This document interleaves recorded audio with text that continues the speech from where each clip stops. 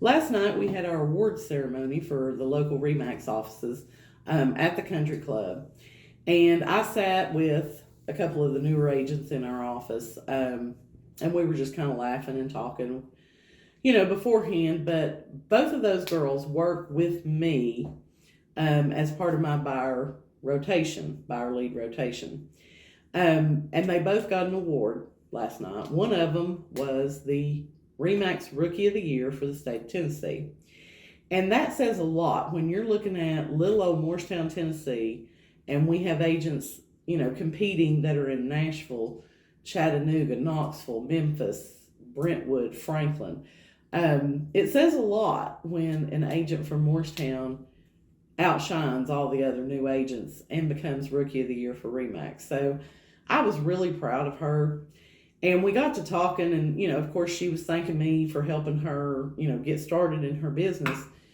And she was like, what makes you do that? What makes you want to help the newer agents when we start? And I'm like, well, I know, it's not been that long ago when I started selling real estate. I mean, 10 years relatively is a long time, but it's still fresh enough in my mind that I remember what it's like to start out. And nothing you learn in real estate school is applicable to your day-to-day life as a realtor.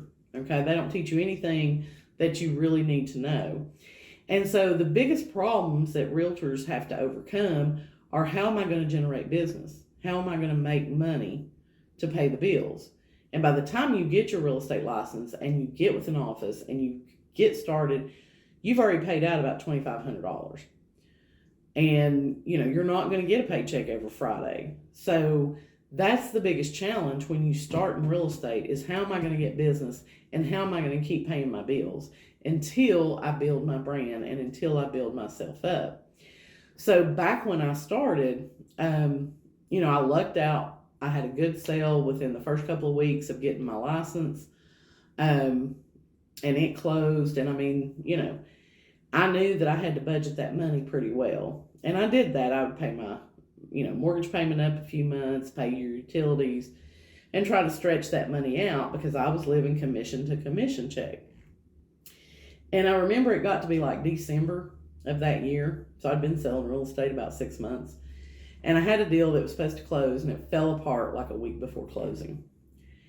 And I was so disheartened. I was so upset. My daughter was still a teenager at the time, and, I'm fully supporting her. And I was like, I don't know what I'm going to do, because I didn't have money to get through, the next 30, 45 days until I had another closing. And so I remember walking into my broker's office, and I just told her, I said, look, that deal fell apart.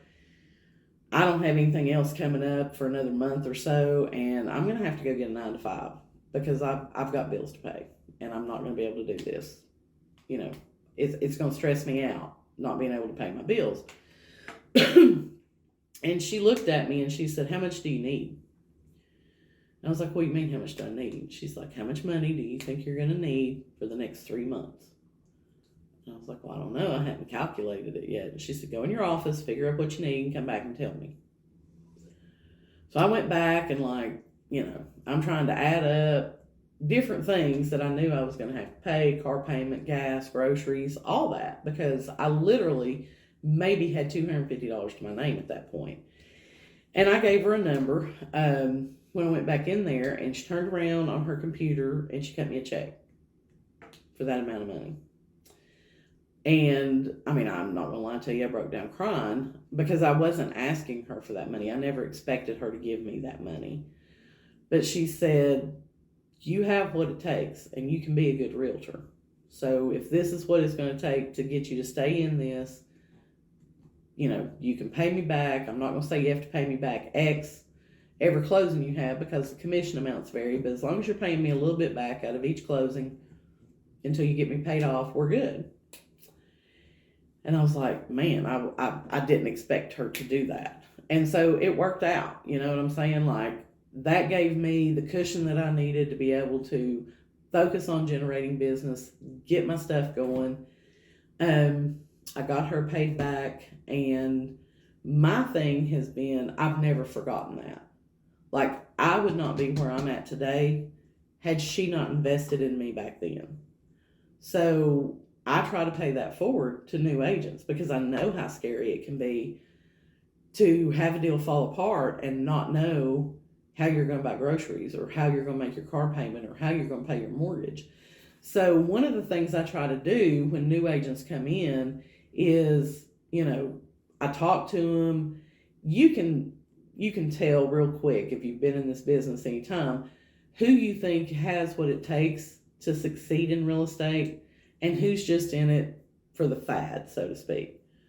So, I try to mentor some of our newer agents, and I primarily focus on listings. And when you have a lot of listings, you get a lot of buyers who are calling, asking questions about your listings. So I have created like a buyer rotation program, and I have 2 or 3 agents here in the office that they're on a round robin, that when I get a lead in for a buyer lead, I send it out to them.